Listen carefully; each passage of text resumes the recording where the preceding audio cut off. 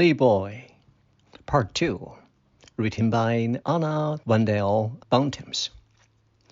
And so Bubber grew into a fine young man who always blew on his trumpet.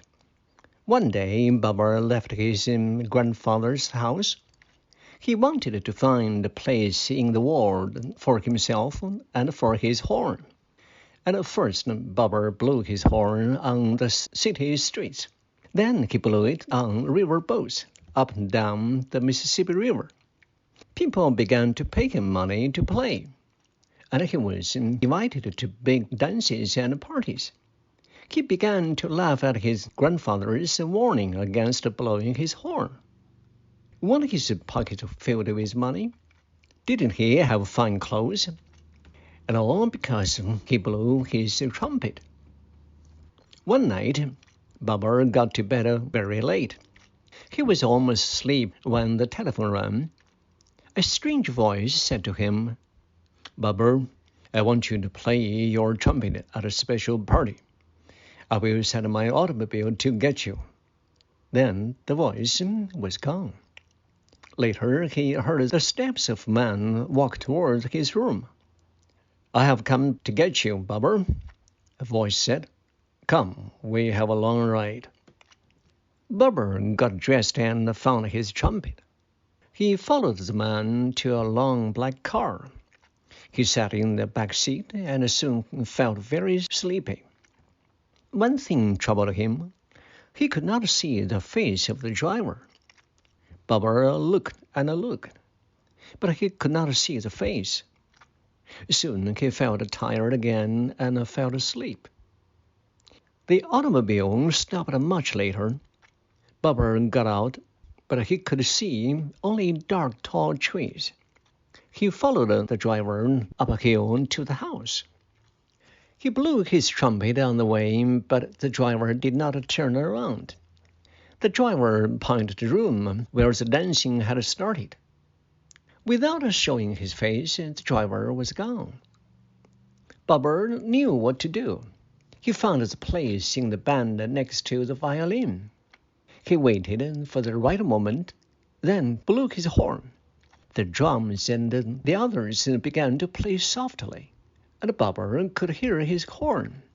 That was the way he liked it.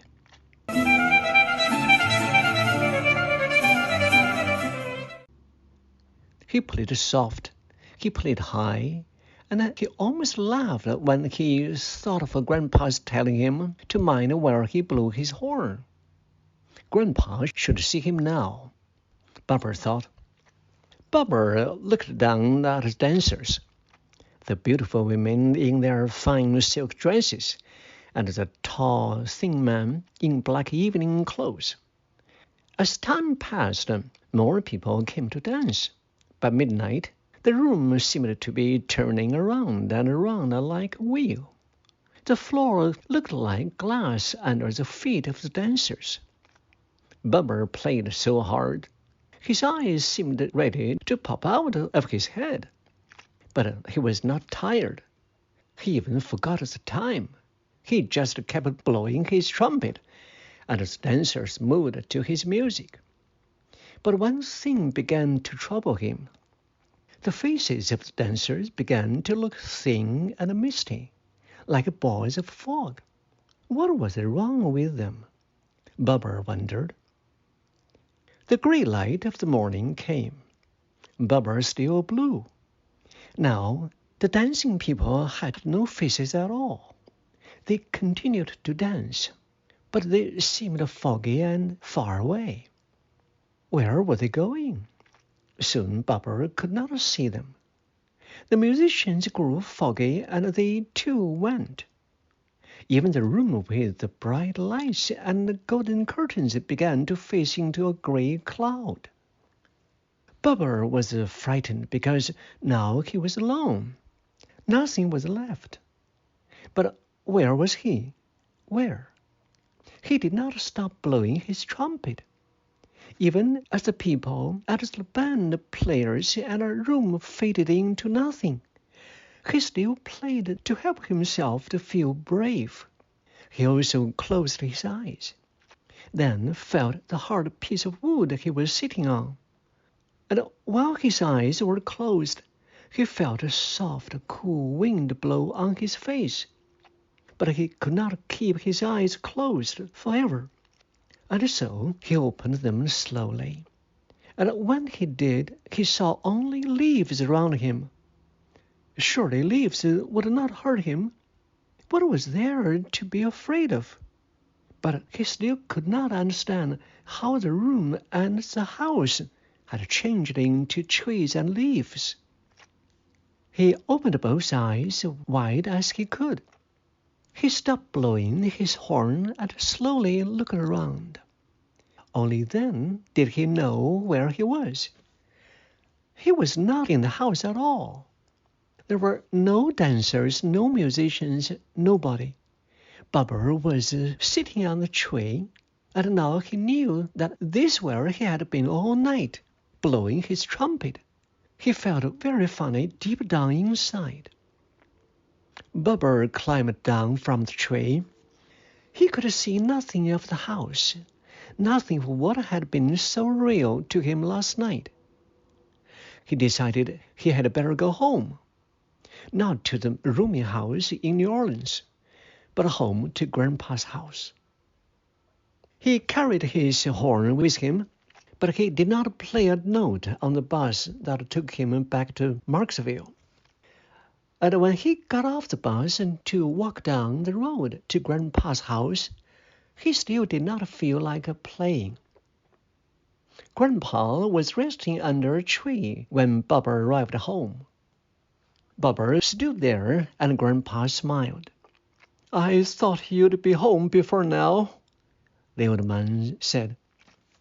"I should have come sooner, Grandpa," said Bobber. "I expected you to be blowing on your horn when you came back." "This is what I wanted to talk to you about, Grandpa." Suddenly the old man sat up straight, as if he had remembered something. "Did you mind where you blew that horn while you were gone?" he asked. "Sometimes I did, sometimes I didn't," Bobber answered. "I do not like to hear that, sonny boy. Have you been playing your horn at parties and boat rides and at fancy dances?" "Yes, Grandpa." "Keep doing that, and one day you'll play for a devil's dance." Bobber nodded his head up and down slowly. "Yes, I know."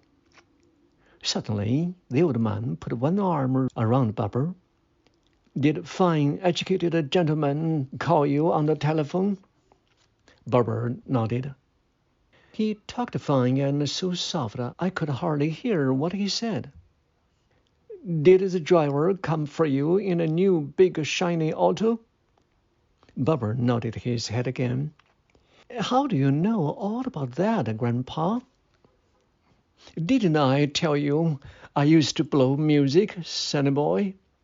Any time a boy with a horn runs away from home without saying goodbye to anyone, well, sooner or later, one way or another, he will hear from strange people." "I should not have listened to the stranger," Bobber said, feeling badly inside. Suddenly, Grandpa's voice seemed a little angry. "You should have listened to me. Blow your horn when you want to, but put it down when you're done playing. When you go into the woods, leave the horn at home. When you feel lonely, do not touch it. A horn cannot do a thing for loneliness. When you feel lonely, that is time to go out and find somebody to talk to. Come back to the trumpet when the house is full of people, or when there's many people on the streets. That is what I tried to tell you before." "I'm going to mind you this time, Grandpa," Bobber promised. "I'm going to mind every word you say." Grandpa laughed through his whiskers.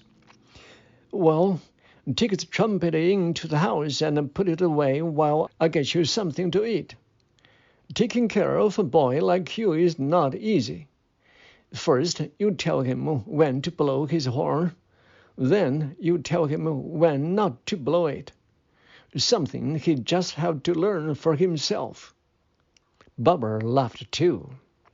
He was hungry, and he had not tasted any of Grandpa's cooking for a long time.